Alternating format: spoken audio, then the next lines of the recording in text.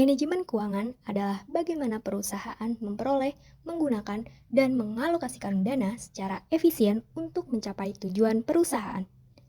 Pengelolaan keuangan yang baik akan memastikan bahwa setiap dana yang digunakan mampu memberikan nilai tambah dan meningkatkan nilai perusahaan. Keberhasilan manajemen keuangan dapat dilihat dari bagaimana perusahaan mampu menjaga keseimbangan antara pendapatan, pengeluaran, dan laba yang dihasilkan secara berkelanjutan. Nah, terdapat fungsi utama manajemen keuangan meliputi 3 keputusan penting. Yang pertama, keputusan investasi. Bagaimana manajer menempatkan dana pada berbagai peluang usaha agar uang terus berputar dan menghasilkan laba yang optimal. Kedua, keputusan pendanaan, di mana manajer harus menentukan sumber daya terbaik bagi perusahaan, baik untuk kegiatan operasional maupun investasi, dengan memperhatikan efisiensi biaya dan risiko.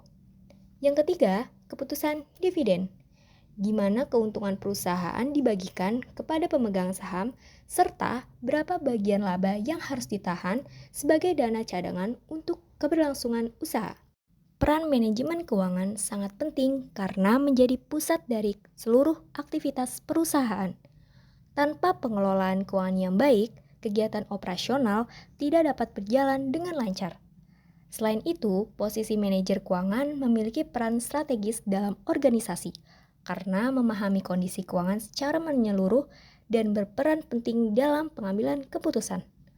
Oleh sebab itu, karir di bidang manajemen keuangan memiliki prospek yang besar, bahkan sering jadi jalur menuju posisi direktur karena penguasaan penuh terhadap kondisi dan kinerja keuangan perusahaan. Definisi pemasaran menurut para ahli.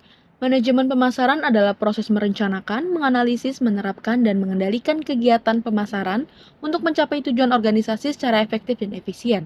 Ini mencakup penetapan harga, promosi, distribusi, serta penciptaan nilai dan pertukaran yang memuaskan baik individu maupun organisasi. Dalam pandangan umum yaitu Hidayat dan Menhart tahun 2024, manajemen berasal dari kata mengelola yang berarti mengatur, mengarahkan, dan menyelesaikan sesuatu. Dalam Islam, manajemen juga dilihat sebagai amal soleh dengan prinsip kebenaran, kejujuran, keterbukaan, dan keadilan. Menurut para ahli, Kotler dan Killer, seni dan ilmu memilih pasar sasaran, menciptakan, menyampaikan, dan mengomunikasikan nilai pelanggan yang unggul.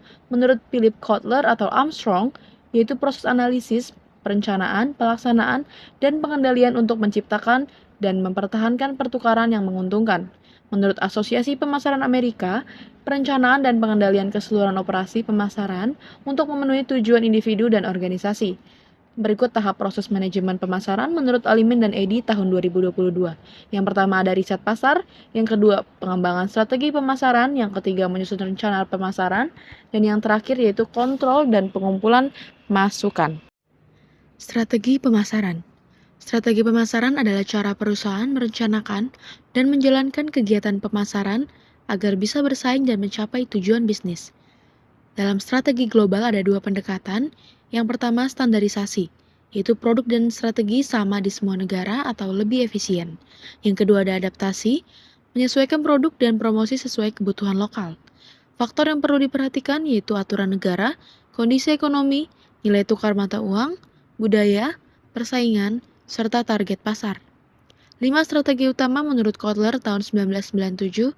Yang pertama ada ekspansi langsung, yang kedua adaptasi produk, yang ketiga penemuan produk baru, yang keempat adaptasi komunikasi, dan yang kelima adaptasi ganda atau produk dan promosi disesuaikan. Langkah strategi efektif menurut Alimin dan Edi tahun 2022. Yang pertama tentukan tujuan dan KPI, yang kedua kenali target audiens, yang ketiga analisis data, yang keempat buat rencana pelaksanaan, dan yang kelima ikuti tren baru. Jenis strateginya yang pertama ada strategi inti, segmentasi, targeting, dan positioning atau STP. Dan yang kedua ada strategi dasar yaitu penguatan posisi produk. Yang ketiga ada posisi strategis, hasil akhir, dan penerapan strategi untuk bersaing.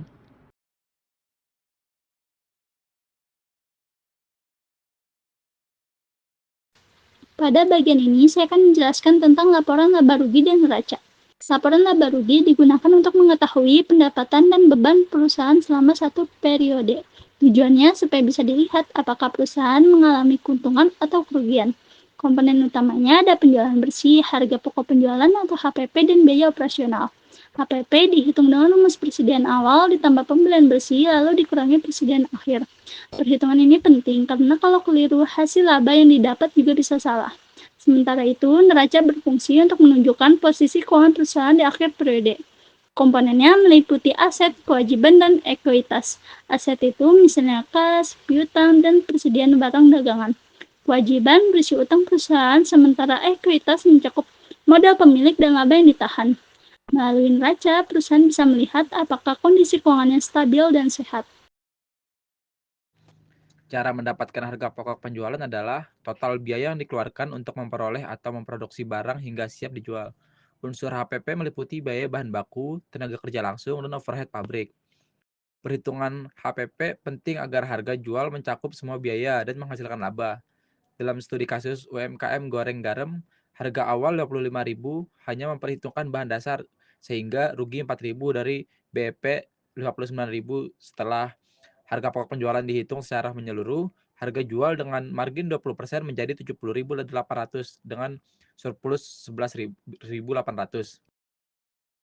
Menurut Koluki, tahapan perhitungan harga pokok penjualan meliputi menghitung penjualan bersih, yang kedua menghitung pembelian bersih, yang ketiga menghitung persediaan barang, keempat menghitung harga penjualan pokok seperti persediaan awal ditambah pembelian bersih dikurang persediaan akhir.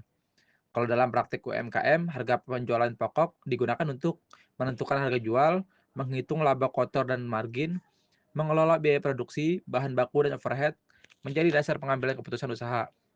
Semakin tinggi harga pokok penjualan, maka semakin rendah laba kotor yang diperoleh.